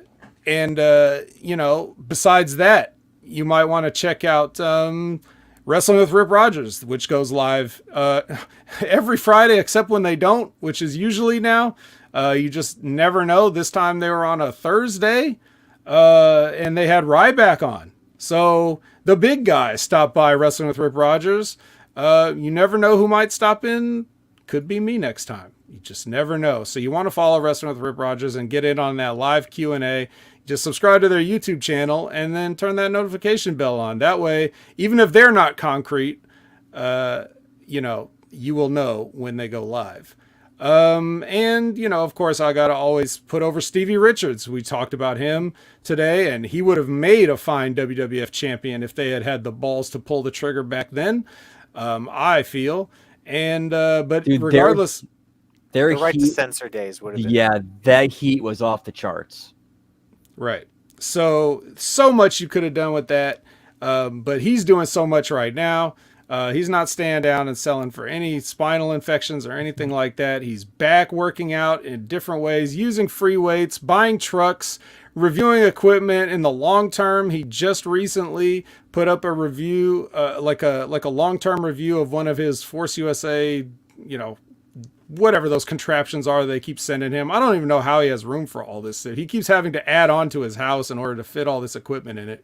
He also did one for Fight Camp where he's talking about having, done it for a year, how the wear on the bag is going and all these things. It's a real informative 10 or so minute video on these things. So he's not just, doing product reviews for people that send him free stuff. He's actually putting it through the paces and giving you like updates on things that he's talked about even a year ago now. So, everything Stevie's doing on top of, Russo brand, Raw SmackDown review, big fitness show with Big Mike Barons. He's up to medium Stevie Cool. He'll be Big Stevie Cool again soon. But we love Stevie, so I always shout him out and make sure everybody is up to date with what's going on with him. But that's just about enough for him, for us, for everyone. I've been the vet, and for Brandon and Chris, I don't have a sign-off line. Ole!